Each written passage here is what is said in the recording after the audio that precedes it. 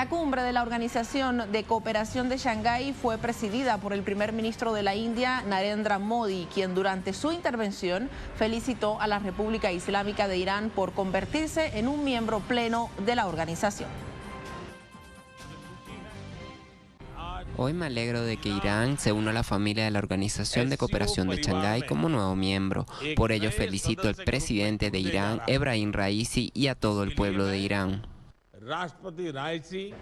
Sumamos para analizar este tema a nuestro invitado, Cristian Lamesa, es especialista en la URSS y además autor del libro La paternidad del mal. Acá lo tenemos, le damos los buenos días y le agradecemos por estar junto a nosotros. Cristian, te recibo con la primera consulta, tiene que ver con esta alerta que ya anunciaba el presidente Putin en relación con el aumento de los riesgos de una nueva crisis económica y financiera mundial debido a la acumulación de las deudas externas de los países desarrollados. ¿Hacia dónde apunta esta alerta que hace el presidente Putin en un contexto como en el que estamos viviendo en relación con el ámbito económico, pero también con estos movimientos geopolíticos? Bueno, en principio, muchísimas gracias por el llamado y siempre es un placer para mí estar con ustedes y con su audiencia. Dicho esto, creo que las palabras del presidente Putin, por supuesto, como acabas de referir, no solo apuntan a lo económico, sino a lo geopolítico. En cuanto a lo económico, puntualmente, hay que decir que no carece de verdad las palabras del presidente ruso, ya que hay que recordar que la deuda tan solo de los Estados Unidos supera en este momento ya los 32 billones de dólares, o trillones como sería para los justamente anglosajones, una cifra sideral que tan solo puede ser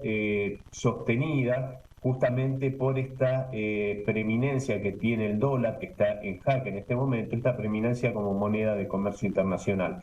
También hay que señalar que son muchos los países occidentales que tienen, europeos puntualmente, que tienen deudas externas que superan largamente su PBI,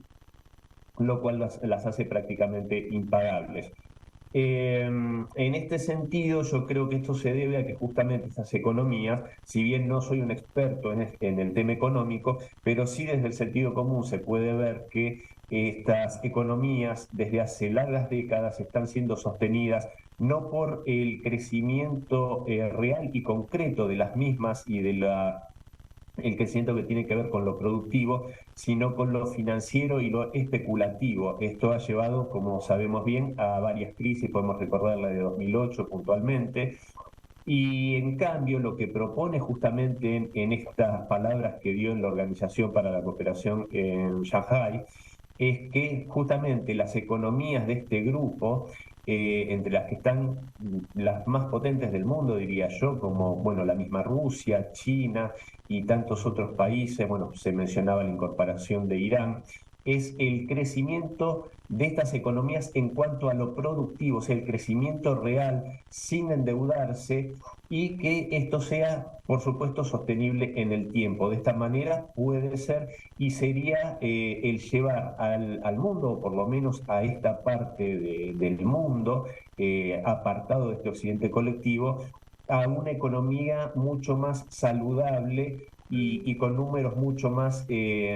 ciertos y no estos números de fantasía que tienen estas economías occidentales. Y desde el punto geopolítico, y con esto cierro, justamente una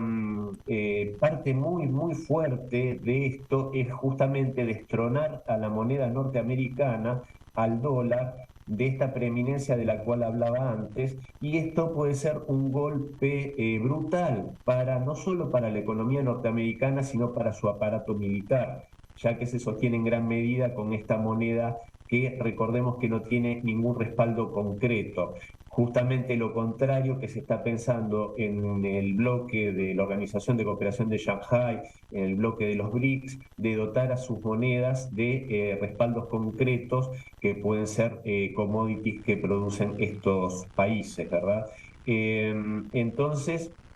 en este sentido, yo creo que es fundamental, también mencionó el presidente Putin, la cantidad de comercio que ya se lleva adelante entre Rusia y China, entre sus monedas nacionales, en yuanes y rublos. Y por otro lado, para cerrar justamente, Rusia ha incrementado en un 37% su comercio con los países justamente de la Organización de la Cooperación de Shanghái.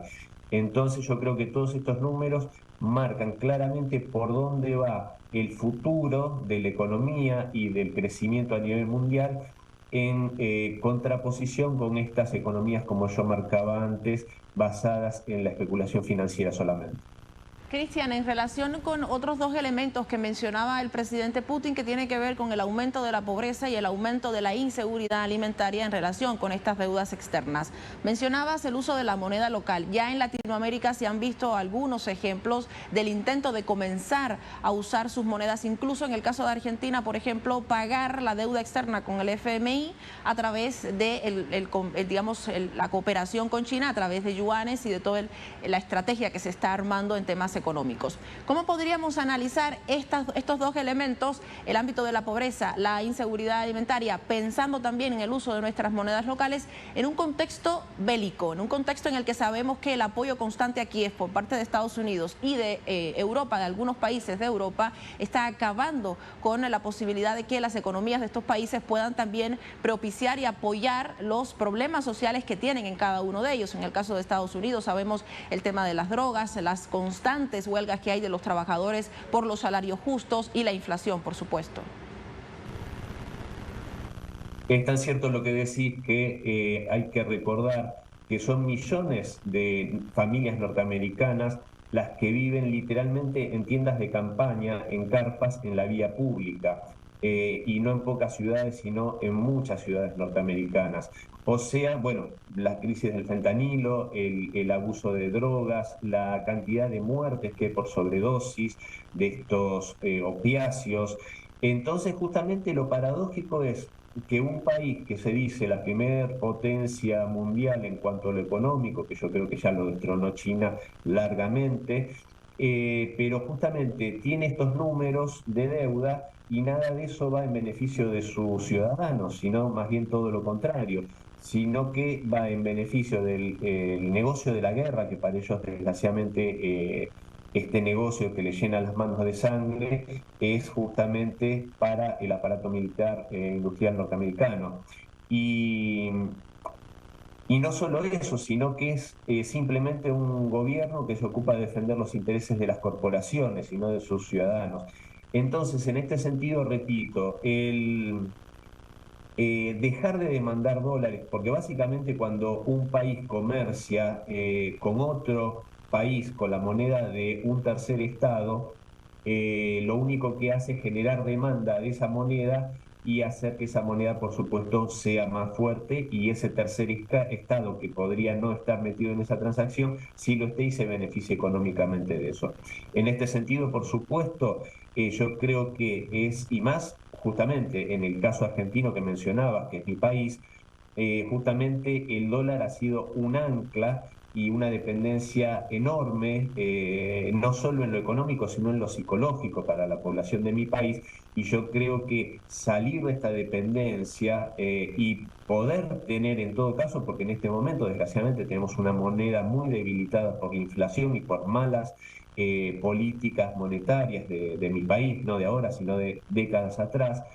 yo creo que el tener la posibilidad de comerciar con monedas de socios confiables y amistosos como es China para la Argentina, también es un paso adelante. Creo que en ese sentido hay países, bueno, Brasil también ya hizo tratativas para comerciar